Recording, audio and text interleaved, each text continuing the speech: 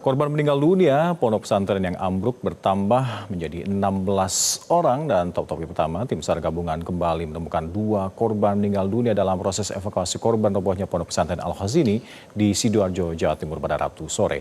Dan saat ini total korban meninggal dunia bertambah menjadi 16 orang. Proses pencarian dan evakuasi korban robohnya pondok pesantren Al-Khazini di Sidoarjo, Jawa Timur terus dilakukan. 2 korban ditemukan di sektor A2 dengan jarak waktu hanya 1,5 jam. Jenazah pertama ditemukan pukul 14.35 waktu Indonesia Barat, disusul penemuan jenazah kedua pada 16.15 waktu Indonesia Barat. Dan pemirsa, kedua jenazah ini langsung dibawa ke Rumah Sakit Bayangkara untuk diidentifikasi oleh tim DVI hingga total korban meninggal dunia bertambah menjadi 16 orang dari 14 orang sebelumnya. 5 korban sudah teridentifikasi dan 11 lainnya masih belum teridentifikasi. Dan informasi selengkapnya kita langsung bergabung dengan jurnalis Metro TV yang ada di lokasi, ada Arbida Dono Sumito. Arbida, bagaimana pantauan Anda hingga malam ini terkait dengan proses evakuasi? Apakah ada korban yang kembali ditemukan oleh tim SAR gabungan? Ya baik, selamat malam Alka dan juga pemirsa. Kalau ditanya mengenai bagaimana proses evakuasi dan apakah hari ini sudah ada update terbaru terkait dengan korban atau jenazah yang ditemukan pada hari ini saya dapat mengupdate bahwa evakuasi masih terus dilakukan. Begitu karena memang operasional evakuasi ini dikatakan berlangsung selama 24 jam dan menggunakan 2 alat berat atau sejumlah alat berat. Untuk malam hari ini menggunakan 2 alat berat merupakan kren, pemirsa. Untuk mengetahuinya saya akan ajak Anda untuk melihat bagaimana kondisi yang ada di sini sebelumnya, yakni terkait dengan keluarga dari para korban yang menantikan di posko SAR gabungan.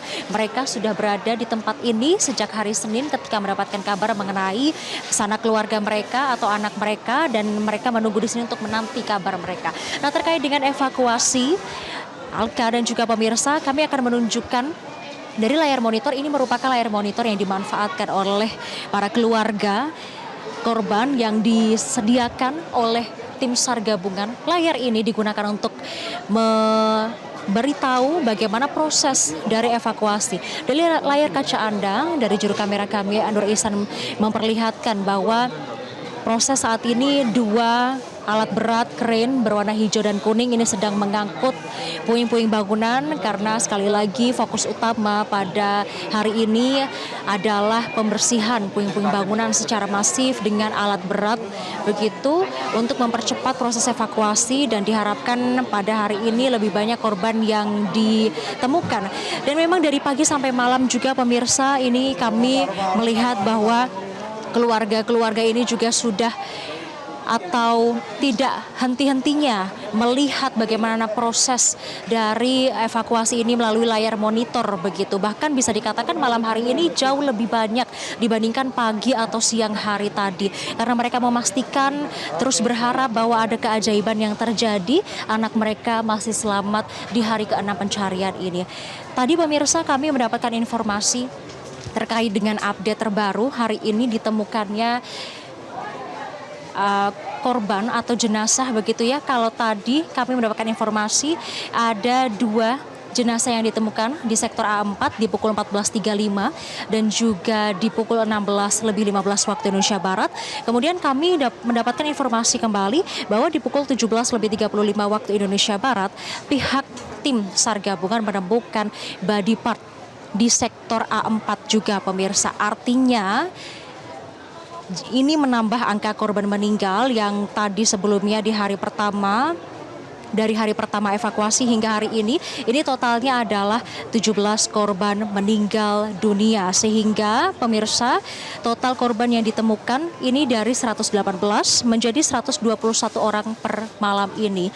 Dan selanjutnya pemirsa, untuk kedua korban dan juga body part ini langsung sudah dibawa ke Rumah Sakit Bayangkara untuk nantinya dilakukan identifikasi oleh tim DVI dari Rumah Sakit Bayangkara Surabaya. Begitu, Alka.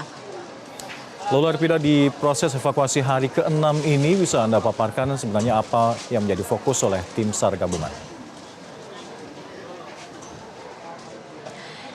Baik, yang menjadi fokus dari tim SAR gabungan pada hari ini adalah pembersihan secara masif dengan alat berat yang ada di reruntuhan Pondok Pesantren Al-Ghazini ini, pemirsa. Tadi pada pagi hari ini dijelaskan oleh Kepala BNPB dalam konferensi pers bahwa fokus utama pada hari ini adalah pembersihan secara masif titik runtuh. Nah, titik runtuh ini diprediksi ada korban-korban di dalamnya begitu ya, karena sudah dideteksi oleh tim SAR gabungan begitu, dan ini juga sebelumnya sudah dilakukan asesmen tahapan-tahapan begitu untuk mengetahui titik-titik yang ada di bangunan atau robohnya bangunan pondok pesantren itu begitu, pemirsa. Dan sampai saat ini juga kami terus menantikan begitu ya terkait dengan proses evakuasi, karena tadi juga sebelumnya bahwa untuk penggunaan alat berat ini pun juga sempat dihentikan sementara, pemirsa. Pada hari ini tujuannya adalah untuk memberikan ruang bagi petugas yang melakukan pemotongan besi dan juga pengangkatan jenazah secara manual dengan atas faktor keselamatan. Tentunya ini juga menjadi hal yang perlu ditekankan sekali lagi, bahwa untuk proses evakuasi ini sangat diperlukan kehati-hatian begitu, pemirsa. Dan juga metode-metodenya juga ini selalu sama dilakukan sejak hari kemarin hingga saat ini, bagaimana ketika mengangkat puing-puing bangunan, lalu baru ketika ditemukan korban atau jenazah begitu, maka dihentikan untuk mengangkat atau mengambil jenazah tersebut secara manual dan nanti langsung dibawa ke Rumah Sakit Bayangkara untuk diidentifikasi begitu. Dan untuk sampai saat ini, pemirsa, mengingat 4 struktur lantai dari bangunan tersebut, 2 lantai ini sudah dibersihkan atau dibongkar, lalu tim SAR gabungan ini tinggal pendekatan ke lantai 1 dan juga lantai dasar, pemirsa. Artinya ini pembersihannya difokuskan di titik tersebut. Nah, tadi kami juga mendapatkan informasi dari tim SAR begitu, bahwa ada kecurigaan atau prediksi bahwa korban ini akan banyak ditemukan di lantai dasar, karena ini dicurigai bahwa ada korban yang berkumpul di area di situ, diduga itu adalah lokasi tempat korban ini melaksanakan salat asar begitu ya, karena menurut informasi yang kami dapatkan ini roboh saat mereka melakukan salat berjamaah pada Senin 29 September 2025 pada jam 3 sore lalu. Dan selain itu, pemirsa, untuk saat ini memang dari pihak keluarga pun juga masih terus menunggu di sini, menantikan kabar. Mereka terus mengharapkan kepada pihak dari tim SAR gabungan untuk segera mempercepat proses evakuasi, karena mereka ingin mendapatkan kabar dari anak atau keluarga mereka yang sampai saat ini masih dinyatakan hilang. Mungkin demikian yang dapat kami sampaikan. Alka, kembali ke studio. Baik, Arbida melaporkan langsung dari Pondok Pesantren Al-Ghazini di Sidoarjo, Jawa Timur. Selamat bertugas kembali. Dan pemirsa, di tengah proses evakuasi korban reruntuhan musola Pondok Pesantren Al-Ghazini, Sidoarjo, Jawa Timur, sebuah mobil Mercy juga turut dievakuasi dalam kondisi yang hancur. Kerangka mobil dibawa ke tempat pembuangan akhir di Griyo Mulyo, Sidoarjo.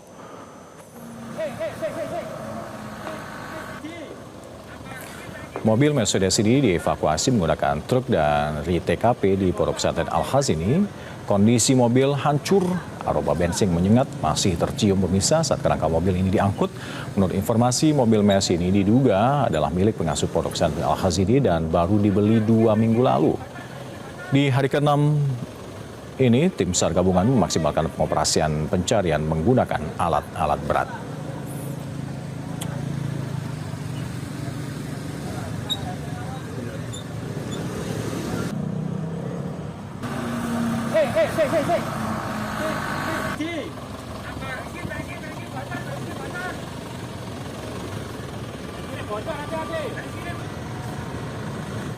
Di tengah duka runtuhnya Pondok Pesantren Al-Ghazini, Sidoarjo, Jawa Timur, suara harapan masih terdengar dari keluarga para santri yang belum ditemukan hingga kini. Salah satunya dari Syafrim Toja, orang tua Khairul Mutakin, santri kelas 3 SMA. Dan pemirsa, berikut informasinya.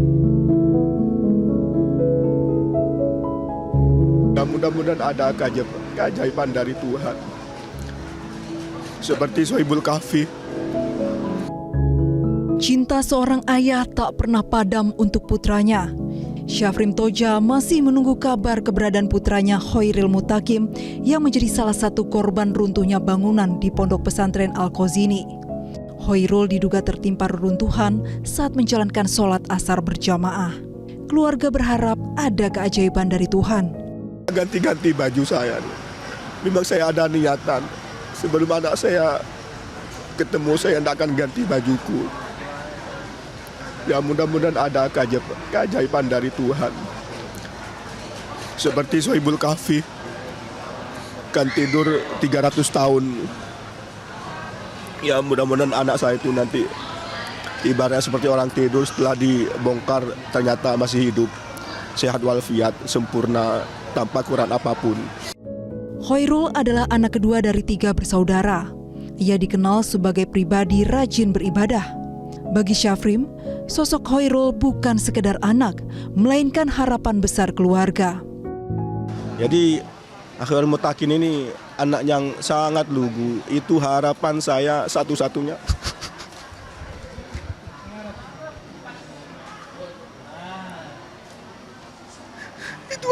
Itu harapan saya satu-satunya, itu anak itu.